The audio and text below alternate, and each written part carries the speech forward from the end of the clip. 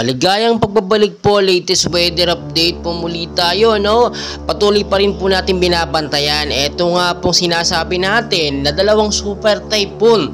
Pero nasa labas naman po ito ng Philippine Area of Responsibility. Makikita nyo sa bandang kanluran, no?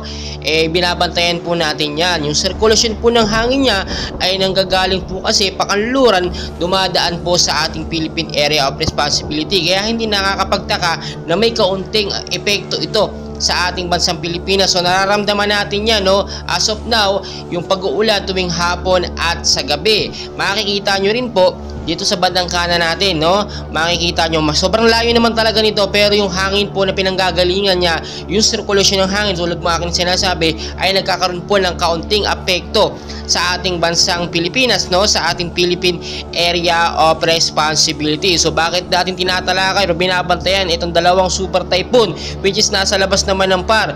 Posible po kasi maging banta ito, at dahil po sa lakas ng bagyo na yan, ay posibleng makabuo yan ng mga cloud cluster po na posibleng maging isang ganap na bagyo or mga active low pressure area na malapit po sa ating Philippine Area of Responsibility. Makikita nyo naman, no?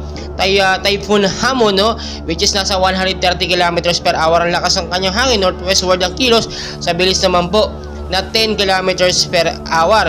Labas po ito ng PAR. Ulitin ko lamang po para hindi po kayo magtaka. Wala pong bagyo sa ating bansang Pilipinas. Nasa labas po yan, which is hinahatak lamang niya yung hanging amihan na nagbibigay po ng malakas na pag-uulan sa atin tuwing hapon.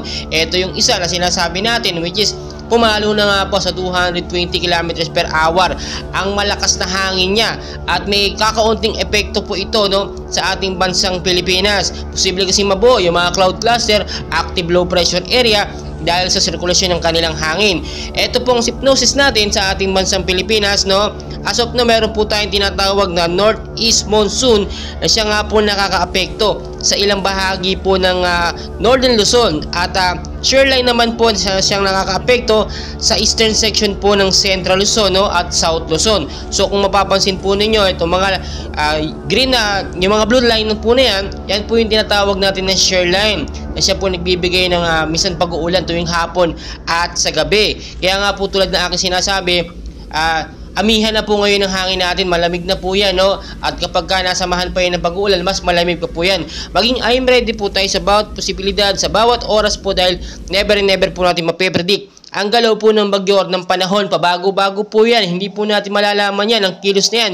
So mas maganda maging handa po tayo sa bawat oras. So marami po tayong kaganapan. And please, ako po yung nakikiusap, paki-like, subscribe, and pahit na rin po ng notification bell para updated po kayo sa ating mga binabantayan ng mga active low pressure area, thunderstorm, localized thunderstorm sa loob at sa labas ng bansang Pilipinas. Maraming salamat po sa inyong lahat.